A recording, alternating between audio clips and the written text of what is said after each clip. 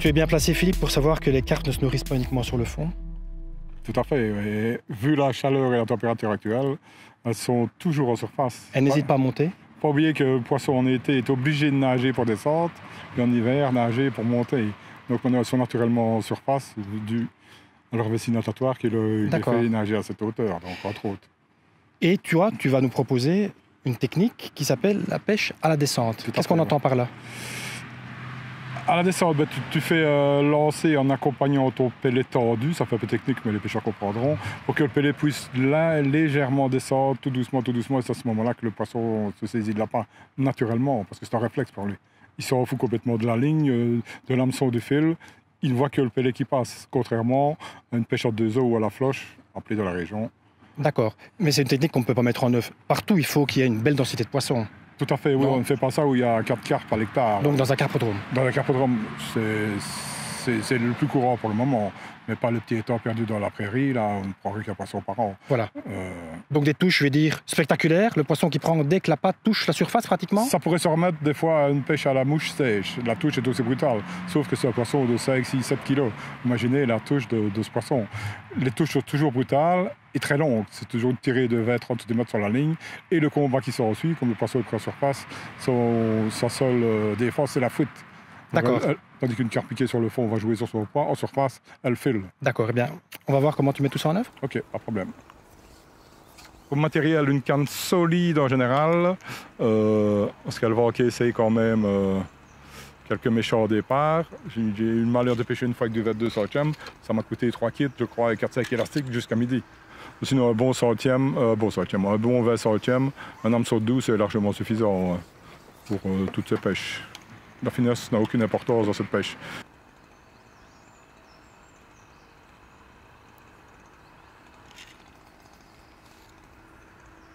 C'est des petits flotteurs pré-plombés en moyenne de 1 gramme qui permettent justement de propulser le pellet, même avec un petit vent de face. S'il n'était pas pré-plombé, le pellet n'est pas suffisant. Quand on a le bonheur d'avoir un petit vent arrière ou de côté, tout petit flotteur au cou avec le pellet est suffisant.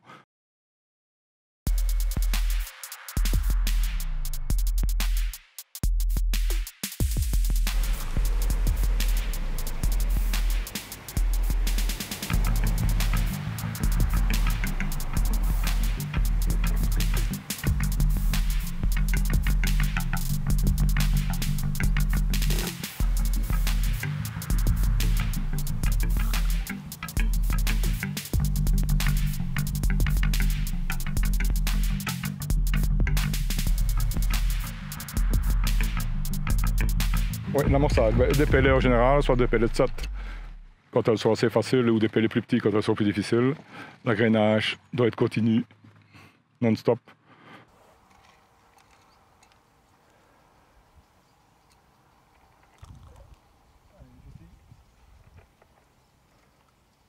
On ne regarde pas, c'est une pêche de réflexe pour le poisson. Il passe, ça lui passe devant le nez ou il ne le prend pas. C'est pas comme une pêche au cou ou une pêche à la floche où le poisson a le tord ou à la lèche. Justement, cette pêche à descente qu'on passe, la pêche à la floche, quand le poisson justement est très tatillon. Mais déjà aujourd'hui, le poisson est très difficile, les zones ne sont pas très claires. À la floche, je ne sais pas si on n'aurait jamais eu une seule touche. Et elles tournent, on les voit passer sur la place.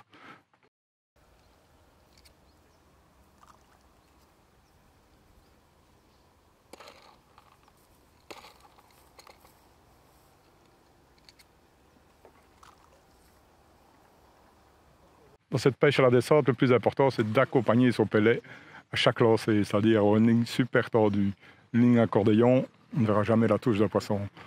Le poisson ici saisi au réflexe lors de la descente, d'où le nom de la pêche à la descente justement, est beaucoup moins méfiant.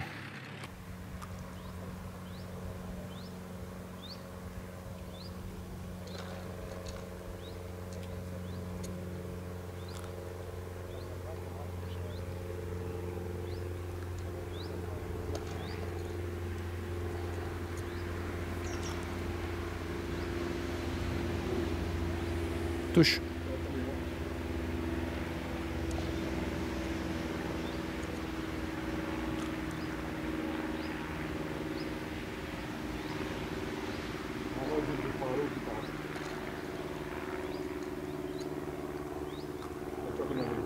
peut démarrer en fanfare, non?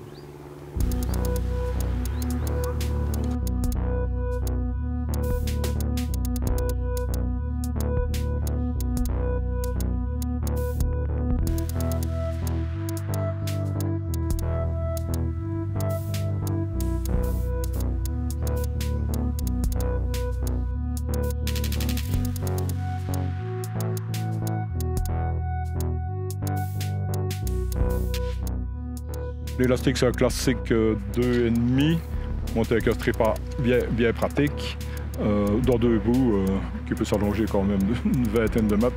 Pas comme je vois souvent des trop fins élastiques qui s'en vont 50 mètres. Quelle affaire pour ramener un truc comme ça. Ça doit quand même être adapté à la taille du poisson auquel on pêche. Un élastique de 2,5 est fait pour des grosses carpes. Un élastique de 1,5, mais bon, c'est un autre style de pêche.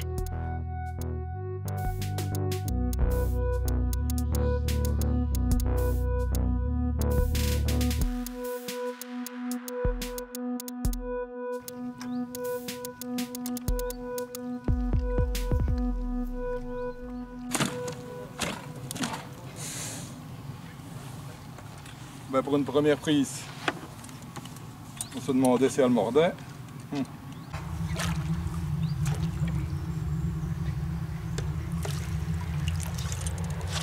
Suivante. En cette saison, justement, comme le poisson circule très fort en 2 eaux, hop là, à peine quelques premiers pellets mis à l'eau, nous on les touche directement. Touche ne veut pas dire poisson. Hein. Elles peuvent aussi un peu passer dans le fil. Elles peuvent aussi très bien vous l'avaler sans se faire piquer. Ça, c'est leur spécialité. En général, 2-3 touches pour un poisson. Parce que là, on les voit tourner. Mais voilà, c'est comme toutes les pêches. On ne peut jamais dire à l'avance. Mais bon, quand on est sûr de sa pêche et qu'on s'y tient, le résultat est souvent au bout. Il faut y croire, c'est tout.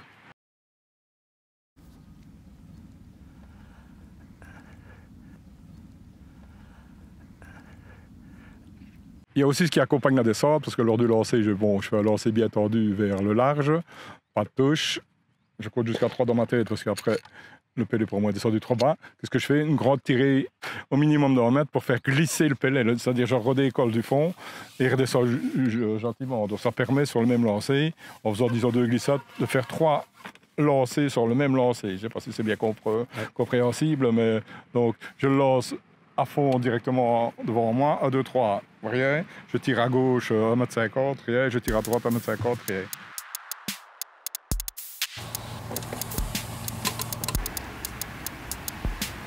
Oh, c'est bien plus petit, c'est par là que...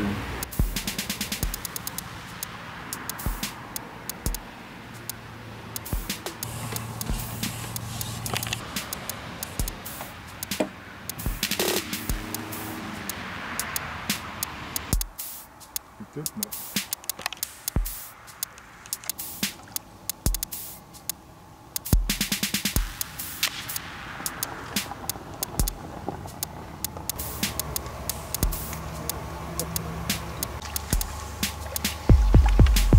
Encore une.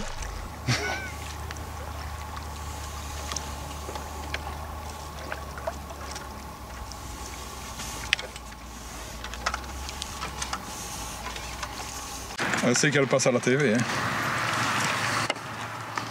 Voilà. Une belle petite aspiration, franche. Beau bébé.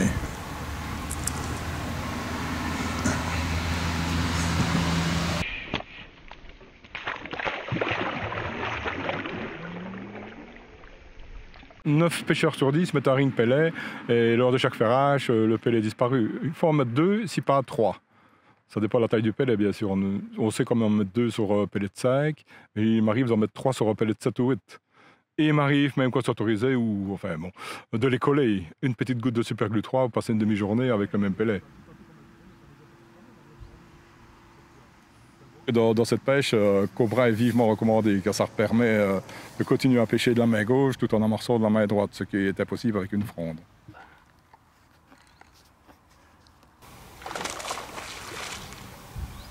Le type de pellet est important parce qu'un pellet de 8 qui tombe sur l'eau fait plus de bruit qu'un pellet de 5. Mais il y a des jours qui font un son très méfiant, donc il vaut mieux employer des petits pellets. Mais en général, un pellet de 7 ou 8 fait assez bien de bruit pour les attirer. Comme je le dis toujours, les carpes, c'est un peu comme des poules. Elles mangent toujours, mais il faut leur donner à manger. Donc le type de pellet est important aussi, et le nombre.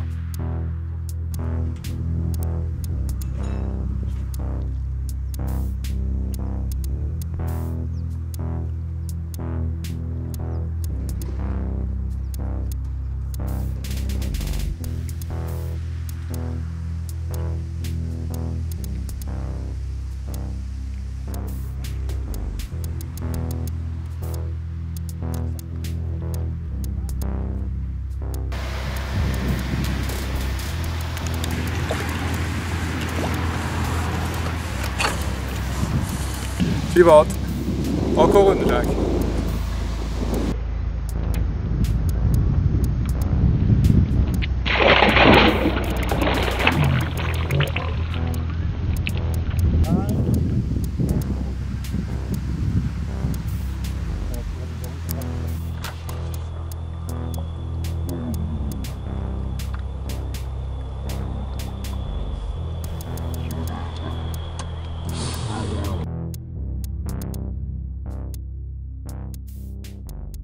Alors, la pêche était relativement difficile aujourd'hui à l'étang de Lutre. C'est bien la première fois que j'observe une pêche si difficile, justement. Voilà. Les carpes n'avaient pas l'air de vraiment se nourrir. Non du tout, les carpes étaient là en surface, se montraient tout ça, mais on en a pris quelques-unes par la gueule très très difficilement et tout le reste par la queue, parce qu'elles tournent, mais elles ne mangent pas. Voilà, ça arrive. Il était d'autant plus important d'être concentré À fond. et d'être vraiment dans sa pêche, pour ne pas louper les quelques touches qu'on a, les vraies touches que tu as eues. Les vraies touches étaient extrêmement rares, donc il fallait être dessus. Mais quel plaisir de prendre une par la gueule, dans Effectivement. des conditions pareilles. Mais c'est extraordinaire parce qu'on voit directement la différence entre une touche qui n'en est pas une, c'est-à-dire un harponnage, et une vraie touche. Ah, tout à fait, ouais. À la touche aussi. Hein. Dès la touche, Tu effectivement. le sais directement si tu as un poisson par la gueule ou pas. Mais aujourd'hui, voilà, c'est du jamais vu. Pourtant, l'étang de Lutre est ultra poissonneux. C'est une pêche qui marche très bien. Mais il y avait un jour où c'était difficile, c'est aujourd'hui. C'est la pêche, hein. Et ouais, en plus, c'est le la jour pêche, Philippe. qu'on venait, c'est normal. Hein, Voilà. c'est toujours comme ça. Eh bien, je te remercie pour cette belle démo. De rien, Bruno, ben, on recommencera. On et remettra quand on ça. trouve une pêche dans le genre, Il n'y a pas de souci. à bientôt. À bientôt. Salut.